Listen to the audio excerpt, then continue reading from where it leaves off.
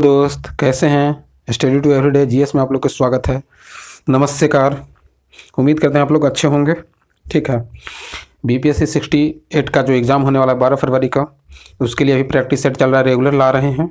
ठीक है, 75 क्वेश्चन का रहेगा जो आपको, ठीक है, कम समय में आपको ज़्यादा रिवीजन देंगे। ठीक है, आधा घंटा में लगभग हो जाएगा, जो आप देखिए।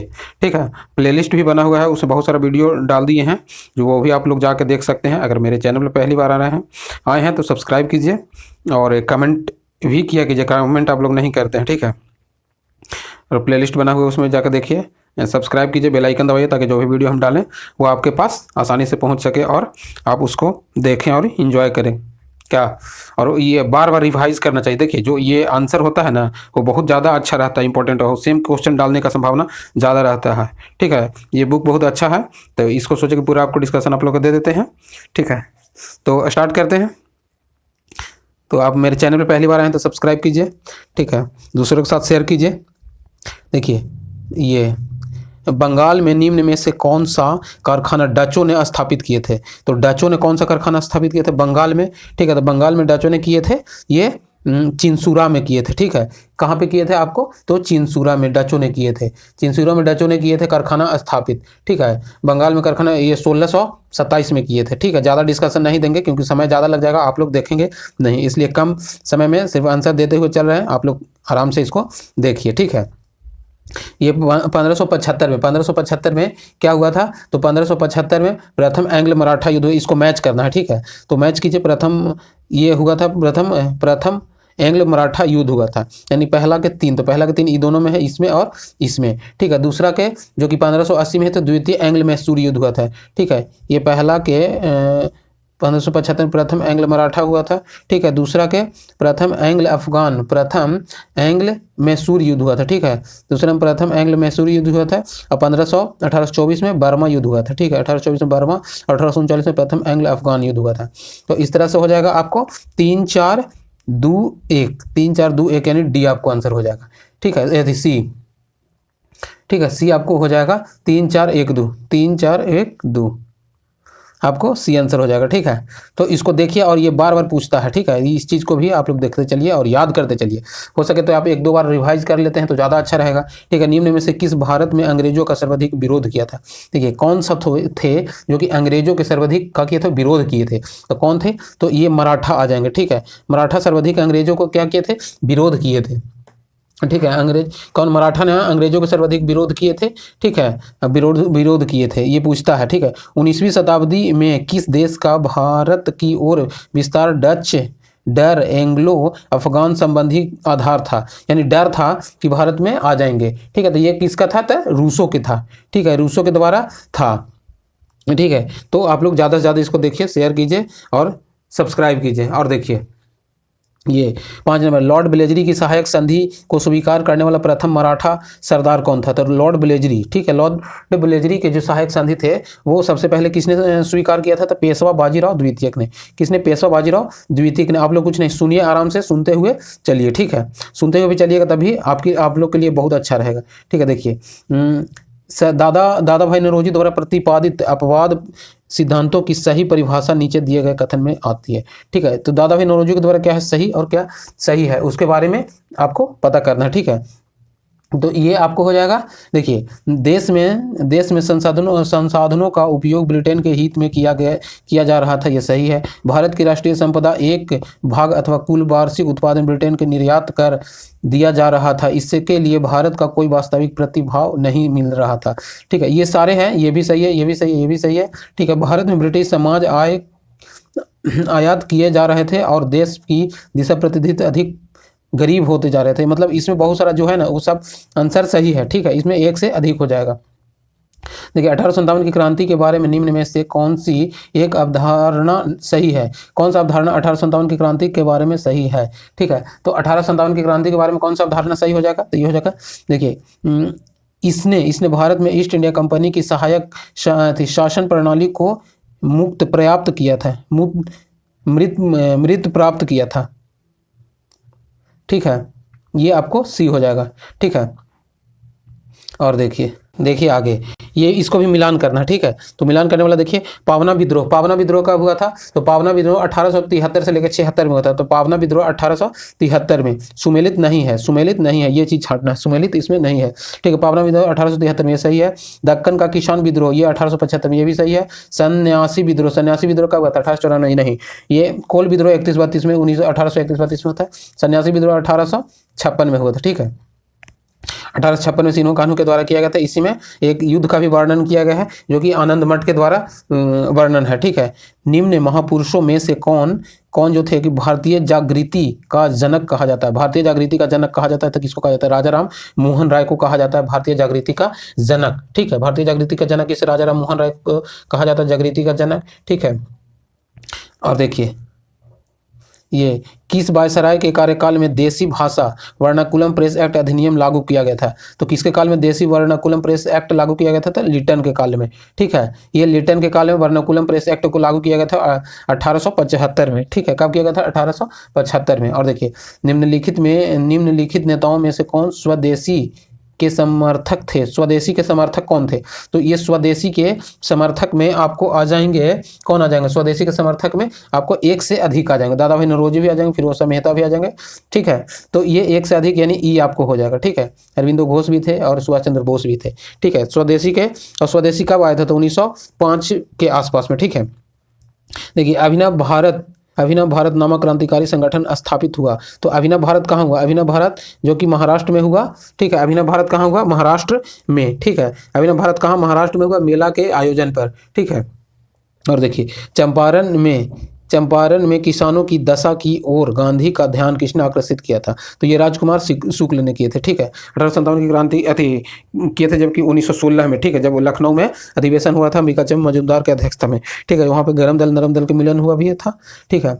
तो ये बहुत सारा है। देखिए, 1919 ईस्वी में पंजाब में हुए अत्याचारों से अपने विरोध के प्रतीक के रूप में किस किस वक्त व्यक्ति ने ब्रिटिश सरकार द्वारा प्रदान किए गए नाइटहुड की उपाधि को लौटा दिया था?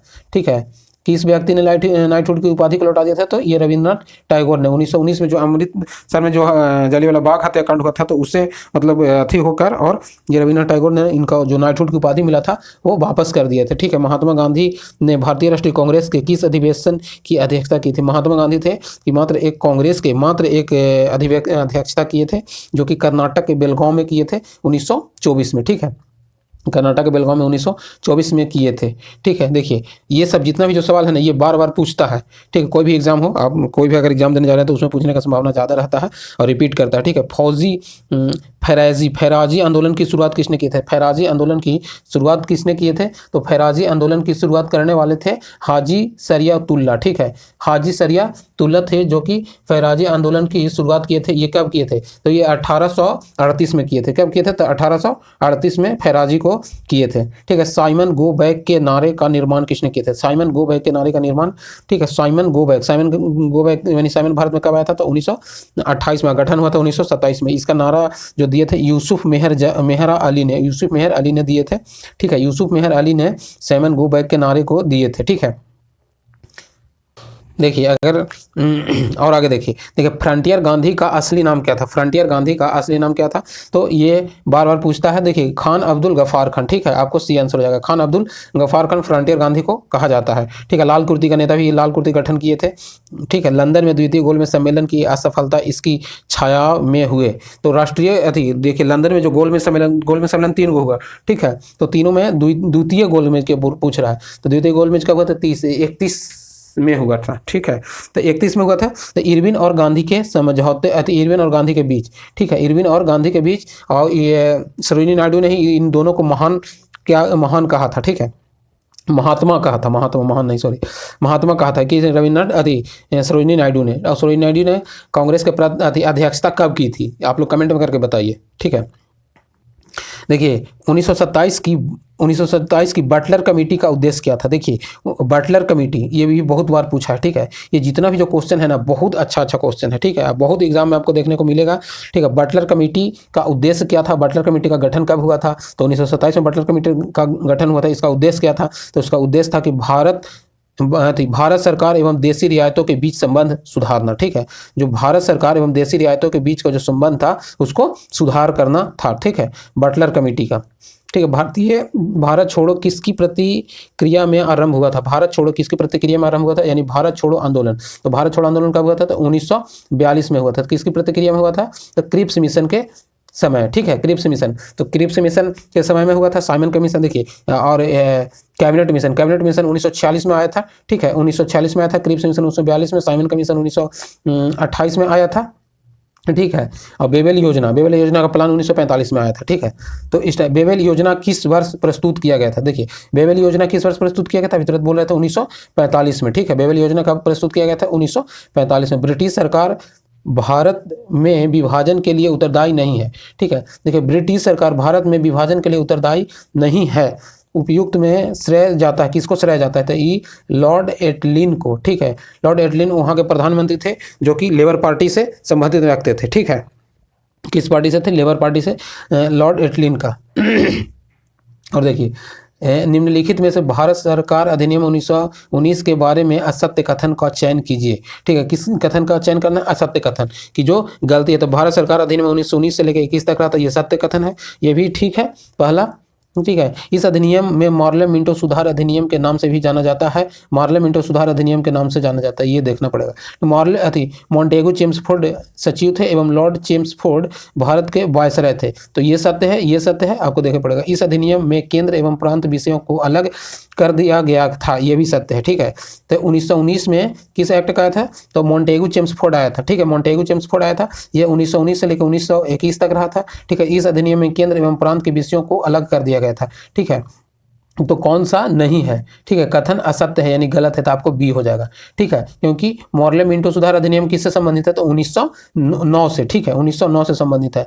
निम्नलिखित में से किस हड़प्पाकालीन स्थल से हल का टेराकोटा प्राप्त हुआ है? हल का टेराकोटा, तो ये हल का टेराकोटा बनवाली से, और कालीबंगा से क्या? जोते हुए खेत का प्राप्त हुआ है। तो ये दोनों में बहुत सारा कंफ्यूजन रहता है, इसलिए इसको दूर कीजिए। ठीक है, अगर हल का जोता हुआ आएगा तो ये कहाँ हो जाएगा? कालीबंगा हो जाएगा, जो कि राजस्थान में है। ठीक है, और हल सिर्फ आ जाएगा तो ये बनवाली से प्राप्त हुआ था, ये भी हरियाणा में है। ठीक है, बनवाली कहाँ है आपको? हरियाणा में। पूर्व वैदिक आर्यों का धर्म प्रमुख था।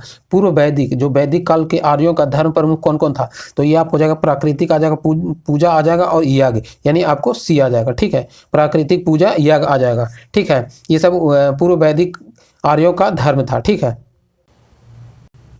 देखिए, प्रथम मगध साम्राज्य का उद्भव किस शताब्दी में हुआ? प्रथम मगध साम्राज्य का उद्भव किस शताब्दी में हुआ? यानी मगध साम्राज्य का उद्भव कब हुआ था? तो ये 6ठी शताब्दी में उस उद्भव हुआ था। ठीक है, किस शताब्दी में हुआ था? तो 6ठी शताब्दी में हुआ था। इसकी राजधानी कहाँ था? राजगृह या पाटलिपुत्र बोल सकते हैं। देखिए, इसमें आया हर्यक वंश, शिशुनाग वंश, नंद वंश, मौर्य वंश। ठीक है, ये आपको कभी कभी पूछ देता है कि मौर्य वंश किसके बाद आया? तो नंद वंश के बाद आया। ठीक है, शिशुनाग वंश आया, हर्यक वंश आया। ठीक है, ये आप लोग सुनते हुए चलिए। ठीक है, अशोक के निम्नलिखित अभिलेखों में से किसमें दक्षिण भारतीय राज्यों का उल्लेख है? देखिए, अशोक का जो अभिलेख था, ठीक है, 13 गो, तो उसमें किसमें था कि दक्षिण भारतीय राज्यों का उल्लेख है? तो ये किसमें था? तो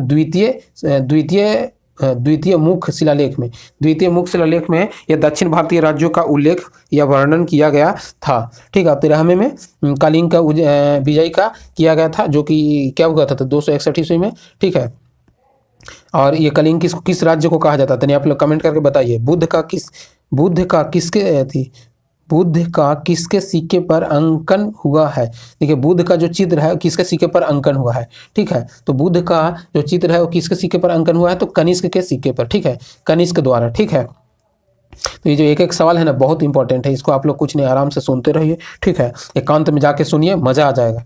ठीक है, चोलों के अधीन ग्राम प्रसारण के बहुत से ब्यौरे जिन शिलालेखों में कहा है? ठीक है, देखिए, चोलों का अधीन ग्राम प्रसारण को बहुत ब्यौरे जिन शिलालेखों में कहा गया है। देखिए, तो ये आपको आ जाएगा, आपको उत्तर मेरूर।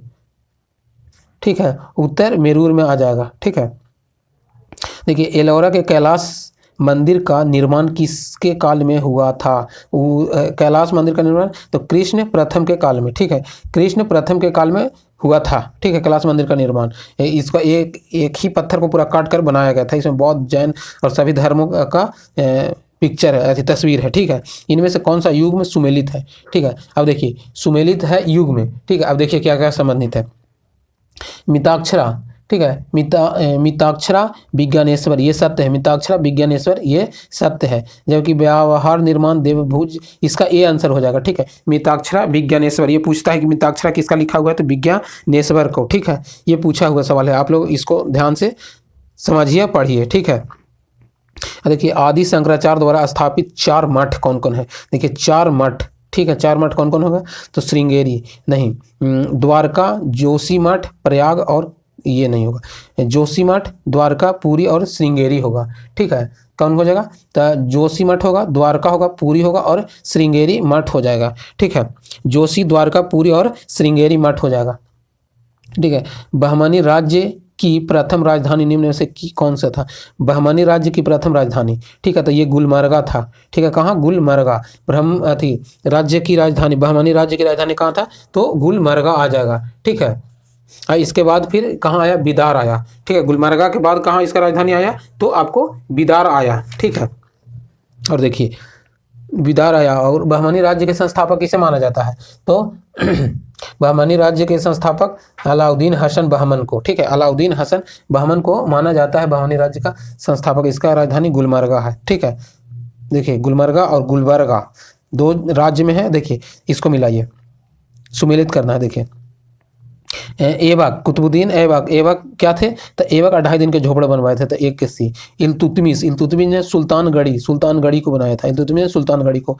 बलबन, बलबन ने किरोखरी, ठीक है। बलबन ने क्या किया था, किरोखरी। और अलाउद्दीन खिलजी ने सीरी दुर्ग, अलाउद्दीन खिलजी ने सीरी दुर्ग आ जाएगा। तो ये कौन कौन आ जाएगा, तो आपको आ जाएगा 3 3 4 2 1 आ जाएगा, 3 4 2 1 आ जाएगा, ठीक है। 3 4 2 1 यानी सी आपको आंसर आ जाएगा, ठीक है। जितना भी ये जो सवाल है ना बहुत इंपॉर्टेंट है। निम्नलिखित में से किस इतिहासकार ने शाहजहां के शासनकाल को मुगल का स्वर्णयुग कहा है। किस इतिहासकार ने मुगल शासक को स्वर्णयुग कहा है, तो ये स्मिथ ने भी कहे, सरकार ने, ये श्रीवास्तव ने, ये सब तीनों मिलकर कहे, यानी इसका ऑप्शन ई हो जाएगा आंसर, ठीक है। तो ये स्वर्णयुग कहा जाता है। और जहांगीर का शासनकाल को क्या कहा जाता है, तो चित्रकारी का शासन युग, ठीक है।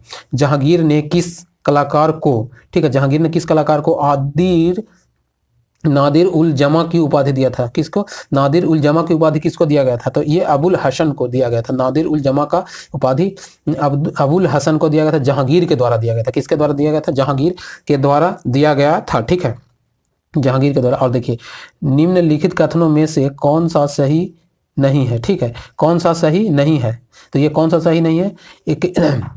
तो देखिए एक मुनीम संविधान प्रारूप बनने वाली समिति के एक सदस्य थे, ठीक है, KM मुनीम, ठीक है। इस संविधान बनने वाले के सदस्य एक थे, ठीक है। संविधान सभा भारतीय संविधान को स्वीकार किया है, यह भी सत्य है। संविधान सभा द्वारा भारतीय संविधान को स्वीकार किया गया, यह भी सत्य है। बलवंत राय मेहता समिति रिपोर्ट 1957 द्वारा पंचायत राज्य की संस्तुति मिली है, यह भी सत्य है, यह भी सत्य है, यह भी सत्य है।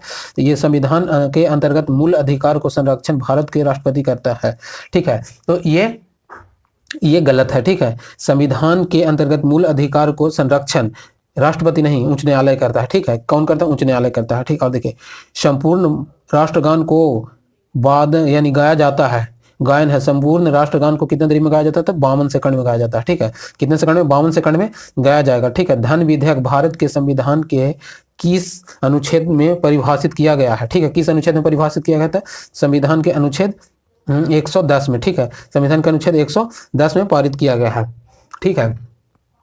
110 अनुच्छेद में पारित किया गया है। और देखिए और आगे देखिए संविधान में मंत्रिमंडल कैबिनेट शब्द का एक ही बार प्रयोग हुआ है। देखिए ये बहुत अच्छा सवाल है। संविधान में मंत्रिमंडल शब्द का एक ही बार प्रयोग हुआ है, ठीक है। एक ही बार प्रयोग है किस अनुच्छेद में, तो अनुच्छेद 352 में, ठीक है। किस में हुआ था, अनुच्छेद 352 में हुआ है, ठीक है।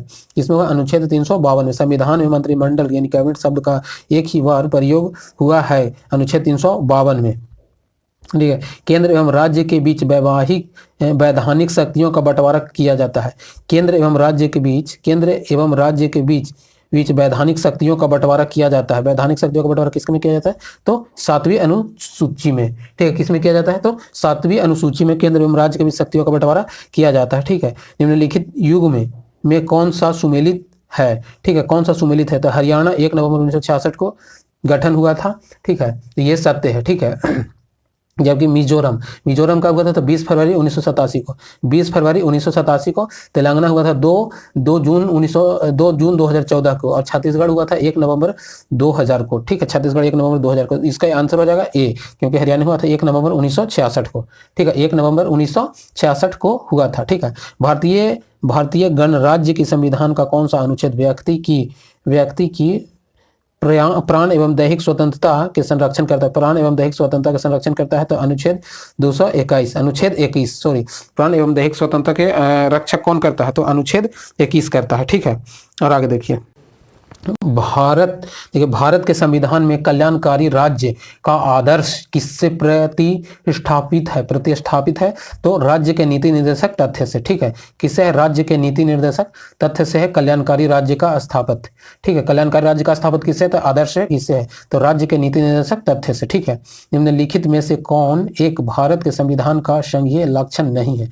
ठीक है, भारत के संविधान का संघीय लक्षण नहीं है। ठीक है, केंद्र एवं राज्य के बीच शक्तियों का बंटवारा है, ये केंद्र का ही लक्षण है। पूर्ण रूप से लिखित संविधान, ये भी केंद्र का लक्षण है।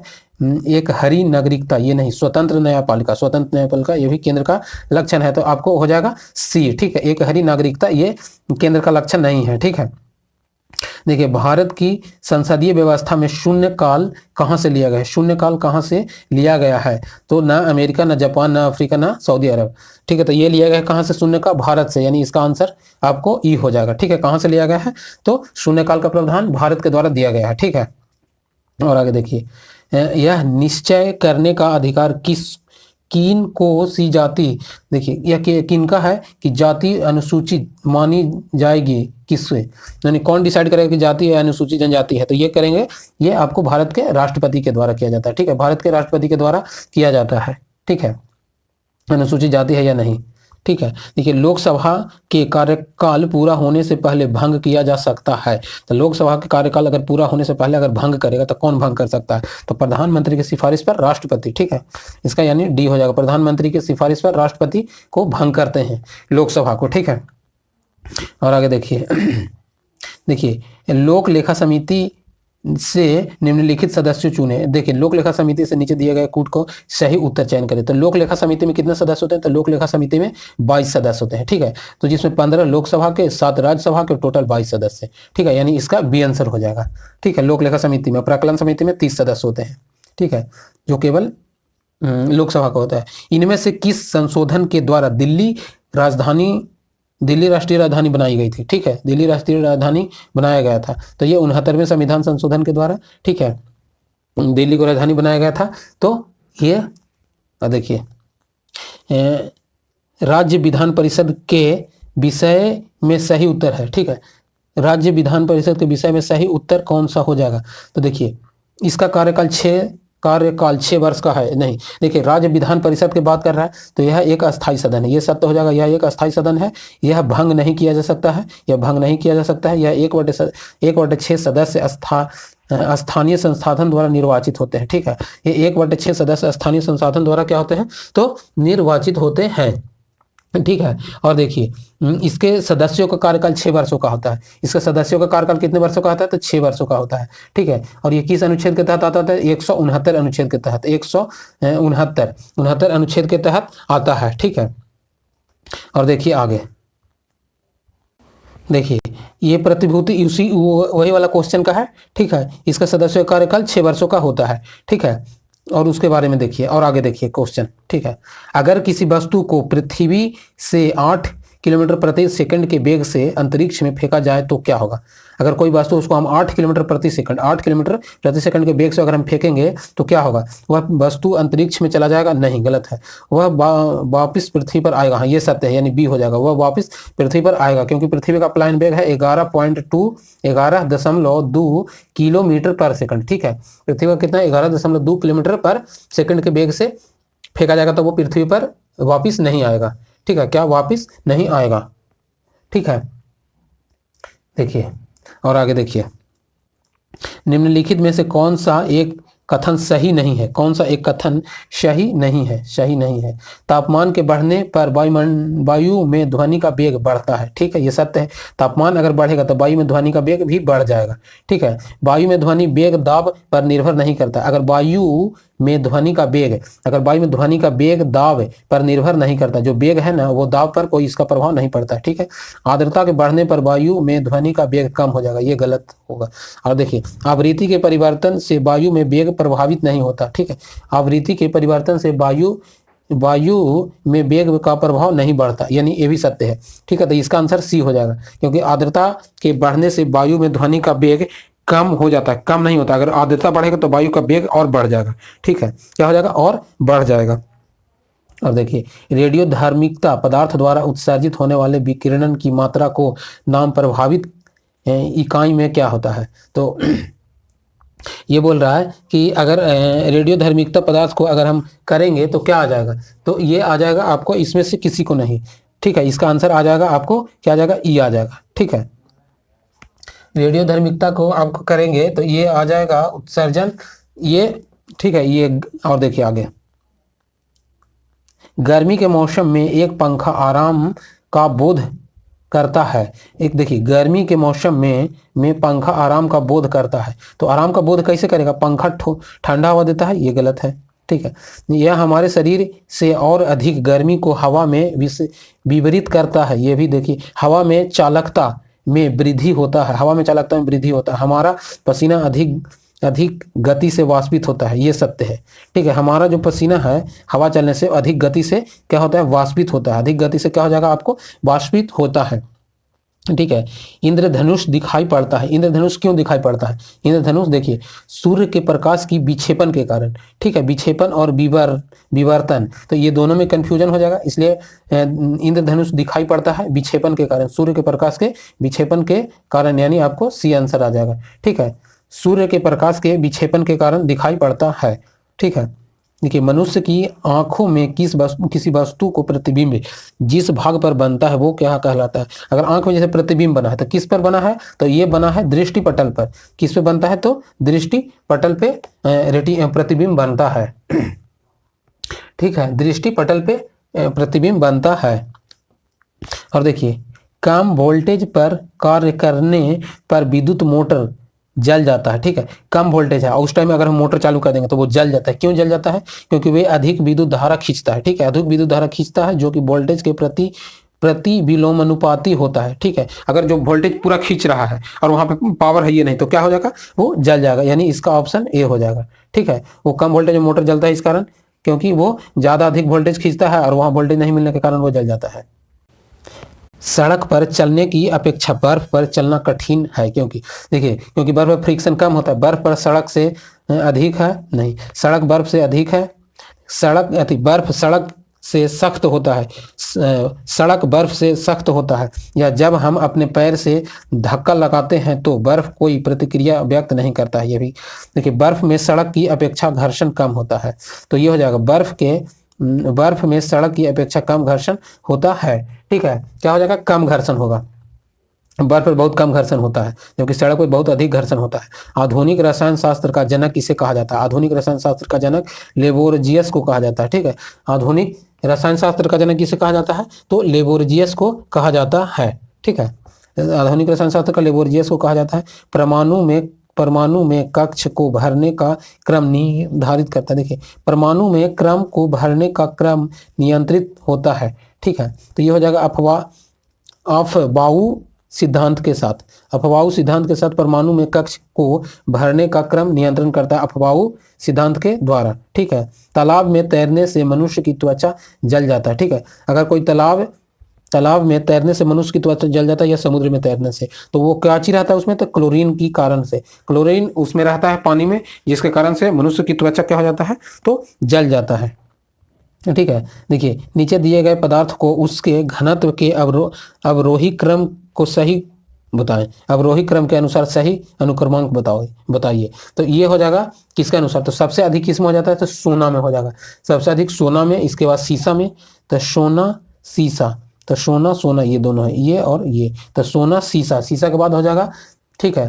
तो ये आ जाएगा आपको, ये सोना आ जाएगा, पारा आ जाएगा, इस्पात आ जाएगा। ठीक है, सोना पारा इस्पात यानी बी आपको आंसर आ जाएगा। ठीक है, सबसे अधिक सोना में होगा, देखिए सोना, सीसा, पारा, लोहा, तांबा, एल्यूमिनियम, जल आ जाएगा। ठीक है, ये क्या अनुक्रमांक घनत्व है। ठीक है, पॉलीथीन की थैलियों को नष्ट नहीं किया जा सकता क्योंकि बनी होती है। पॉलीथीन की थैली किस चीज से बना होता है? तो पॉलीथीन की थैली पॉलीमर से बना होता है। पॉलीथीन की थैली पॉलीमर से बना होने के कारण वो क्या होता है? नष्ट नहीं होता है जल्दी। ठीक है, पॉलीमर के बना होने के कारण वो नष्ट नहीं होता है। देखिए सिलिकॉन, कार्बन, ठीक है, देखिए कार्बन तंतु, कार्बन डाइऑक्साइड, और देखिए कार्बन डाइऑक्साइड और जो कि ये तंतु है, ठीक है, तो ये आ जाएगा आपको सिलिकॉन। सिलिकॉन क्या है? सिलिकॉन, कार्बन तंतु, कार्बन डाइऑक्साइड। तो कार्बन डाइऑक्साइड क्या हो जाएगा? तो कार्बन डाइऑक्साइड ये आपको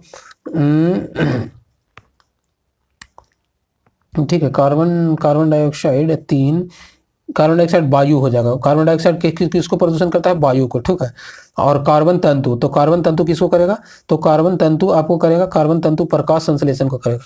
ठीक है, कार्बन तंतु किसको करेगा? प्रकाश संश्लेषण को करेगा।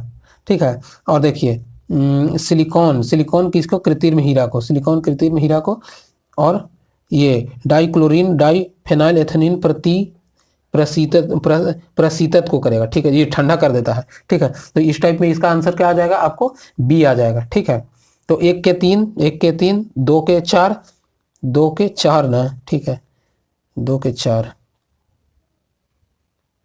1 के 3, 2 के 4 और 3 के 1 और 4 के 2। ठीक है, तो ये हो जाएगा। देखिए जैव जगत, देखिए जैविक जगत में होने वाले कार्य गुण सिद्धांत के अध्ययन से इस ज्ञान को मशीन जगत में उपयोग करने को क्या कहते हैं? उपयोग करने को क्या कहेंगे? तो इसको कहेंगे आपको, इसको कहेंगे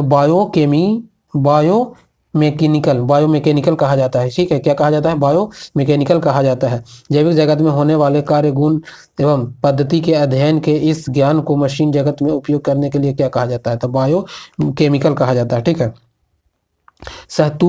सहतूत साल बनाई जाती है। सहतूत साल क्या बनाई जाती है? तो सहतूत साल बनाई जाती है आपको चीरू के बालों से। सहतूत साल बनाई जाती है चीरू के बालों से। ठीक है, ये सब क्वेश्चन आप लोग एक बार दिमाग में चल जाएगा ना तो कोई दिक्कत नहीं है, आपको ऑप्शन देखते ही याद हो जाएगा। ठीक है, सहतूत बाल क्या चीज बनाते हैं? चीरू के बालों से। ठीक है, और देखिए मानव जीनोम का अनुक्रमांक सफलतापूर्वक किया गया था। मानव जीनोम का अनुक्रमांक सफलतापूर्वक कब किया गया था? तो ये आपको किया गया था कब? तो ये आपको किया गया था 2003 में। ठीक है, कब किया गया था? 2003 में किया गया था। ठीक है, कब? 2003 में मानव जीनोम का अनुक्रमांक सफलतापूर्वक किया 2003 में। पीत रस विषय निम्नलिखित कथनों में से कौन सा सत्य नहीं है? तो ये सत्य नहीं है। पीत रस के बारे में बोल रहा है। देखिए वह पीत रस में संश्लेषित होता है, ये सत्य है। पीत रस में संश्लेषित, इसमें उपस्थित लवण वसा एवं पायसीकरण करता है। यह उपस्थित लवण वसा पायसीकरण करता है, यह भी सत्य है। इसमें उपस्थित एंजाइम वसा का पाचन करता है, एंजाइम जो है वसा का पाचन करता है। ठीक है, पीतरस वसा का पाचन करता है, इसमें प्राकृतिक अम्लीय होता है, उपयुक्त में सभी, यानी आपको इसका आंसर ई हो जाएगा। ठीक है, एक से अधिक हो जाएगा। देखिए निम्नलिखित में से कौन रस से संचालन में मदद करता है? रस को संचालन में मदद करता है। ठीक है, तो रस को संचालन में कौन मदद करेगा? तो लिम्फोसाइट करेगा। रस का संचालन में मदद कौन करता है? तो आपको लिम्फोसाइट करता है। ठीक है, लिम्फोसाइट करता है। और देखिए आगे, मनुष्य के शरीर में पसलियों के कितने जोड़े होते हैं? तो पसलियों के जोड़े पूछ रहे हैं, इसलिए 12 जोड़े होगा, यानी 24 पसली होता है, पसली होगा। ठीक है, हमारे शरीर का अधिकतम भार बना है, हमारे शरीर का अधिकतम भार किस चीज का बना है? तो ये जल का बना है। अधिकतम भार हमारे शरीर में किस चीज का रहता है? तो जल का रहता है। ठीक है, अन्य पशुओं के मांस की तुलना में मछलियों का उपयोग स्वास्थ्यकरण माना जाता है, क्योंकि मछली में होता है, मछली में क्या होता है जिसको स्वास्थ्यकरण माना जाता है? बहु असंतुष्ट वसा अम्ल होता है। ठीक है, क्या हो जाता है? तो बहु असंतुलित वसा अम्ल होता है। ठीक है, और देखिए निम्नलिखित में से कौन सा लिंग गुण सूत्र में विद्यमान अप्रभावी जीन के निष्पीड़न के उत्पन्न के कारण होता है, उत्पन्न से होता है? तो ये आपको कौन आ जाएगा? तो आ जाएगा ये आपको निष्पीड़ीय तंत्र के कारण होता है। ठीक है, तो यह आ जाएगा पेशी दृश्य पोषक, पेशी दृश्य पुष्प।